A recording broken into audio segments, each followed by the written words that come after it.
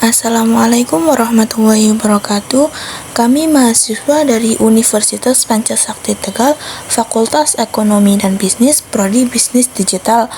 Video ini dibuat untuk menyelesaikan salah satu tugas dalam mata kuliah pengantar ekonomi dengan dosen pengampuh Bapak Faiz Irsyad Prasetyo, SEMM. Kami dari kelompok 3 terdiri dari 2 anggota kelompok. Oke, selanjutnya izinkan kami untuk memperkenalkan diri. Yang pertama ada saya sendiri, Najmi Zimamatun Nikmah, NPM 4425600009. Dan selanjutnya saya sendiri, perkenalkan nama saya Netar Fadila Tunur dengan NPM 4425600022. Oke, selanjutnya pembahasan bab 7 dengan judul pendapatan nasional. Oke, yang pertama ada pendapatan nasional. Data pendapatan nasional suatu negara diperlukan untuk mengetahui tingkat hidup, kemakmuran masyarakat negara tersebut, dan juga untuk mengetahui pertumbuhan ekonomi tersebut dari tahun ke tahun.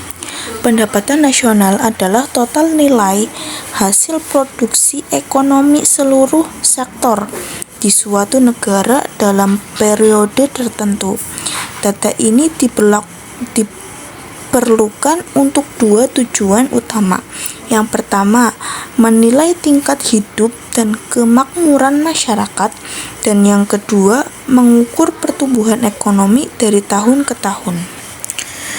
Pendapatan nasional dikelompokkan dalam beberapa sektor dan subsektor, yaitu 1. Sektor pertanian, 2. Sektor pertambangan dan penggalian, 3. Sektor industri, 4. Sektor listrik, gas, dan air minum, dan yang terakhir sektor bangunan.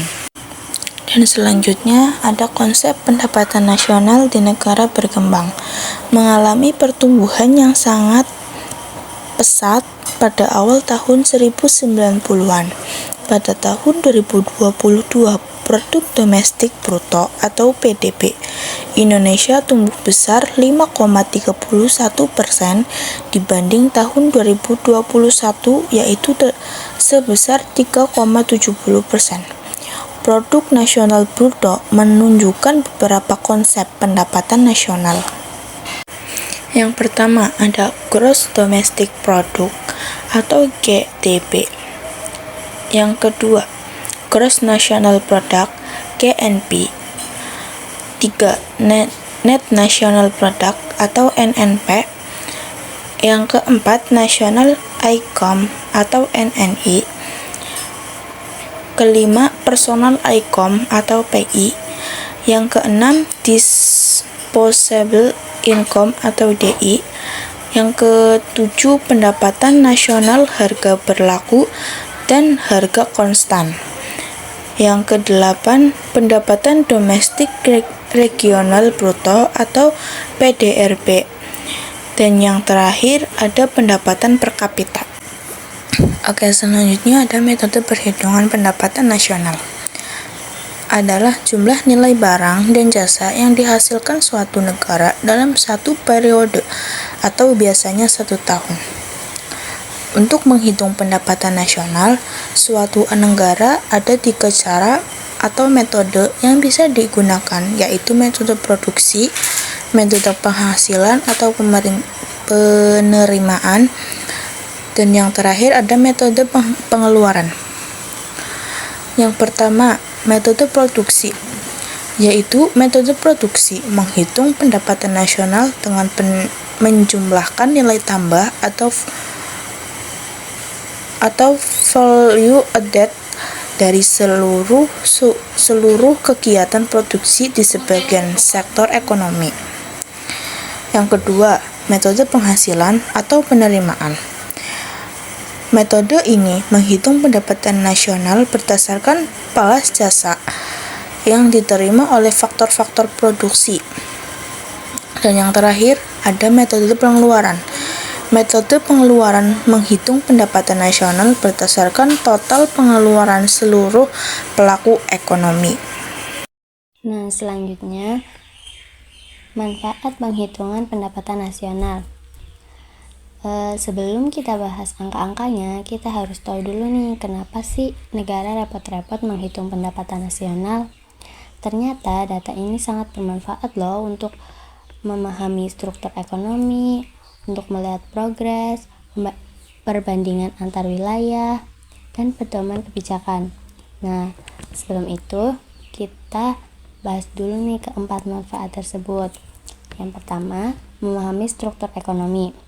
Memahami struktur ekonomi yaitu kita tuh jadi lebih tahu apakah negara kita lebih condong ke arah industri, pertanian, atau jasa.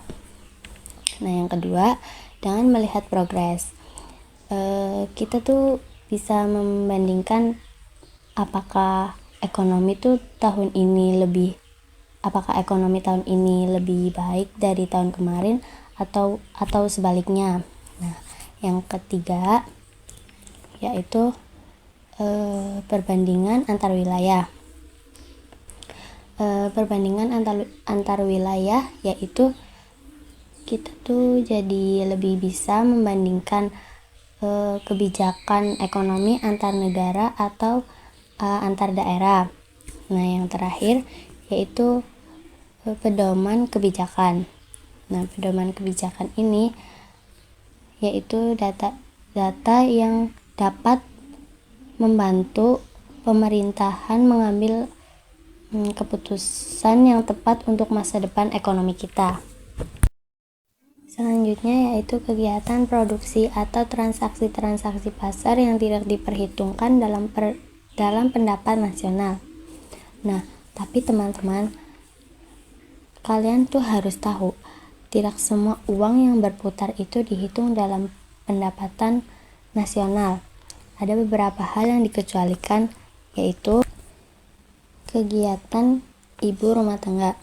Memasak atau mencuci untuk keluarga sendiri itu bernilai produksi. Tetapi karena tidak ada transaksi pasar, maka tidak dihitung. Ada juga contoh kegiatan yang lain, seperti yang pertama, kegiatan ilegal, yaitu semua transaksi dari pasar gelap atau barang terlarang tidak masuk hitungan. Yang kedua, pembayaran transfer atau transfer payment. Contohnya bantuan sosial atau uang saku, karena tidak ada barang atau jasa baru yang dihasilkan. Yang ketiga, capital gains and losses, yaitu keuntungan dari selisih harga jual aset seperti saham atau tanah, tidak dianggap sebagai produksi baru. Yang terakhir yaitu alasan praktis, kegiatan kecil yang terlalu sulit untuk dicatat secara administratif. Yang terakhir yaitu transaksi-transaksi yang tidak melalui pasar tetapi dihitung dalam pendapatan nasional. Nah, ada pula kegiatan transaksi yang tidak melalui pasar tetapi dihitung dalam pendapatan nasional, walaupun agak sulit untuk menaksirnya. Untuk menaksirnya digunakan harga umum yang berlaku. Nah, contoh transaksinya yaitu yang pertama yaitu hasil produksi yang dikonsumsi sendiri. Nah, misalnya petani yang memakan sebagian hasil panennya sendiri.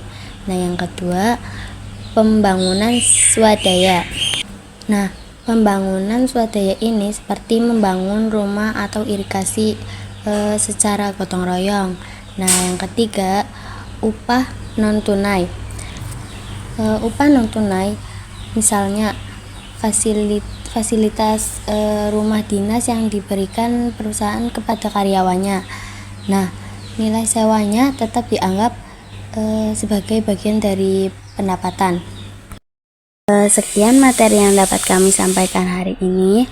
Mohon maaf jika ada salah kata atau penjelasan yang kurang jelas. Terima kasih banyak atas dukungannya. Jangan lupa klik like and subscribe jika video ini membantu. Sampai bertemu kembali. Wassalamualaikum warahmatullahi wabarakatuh.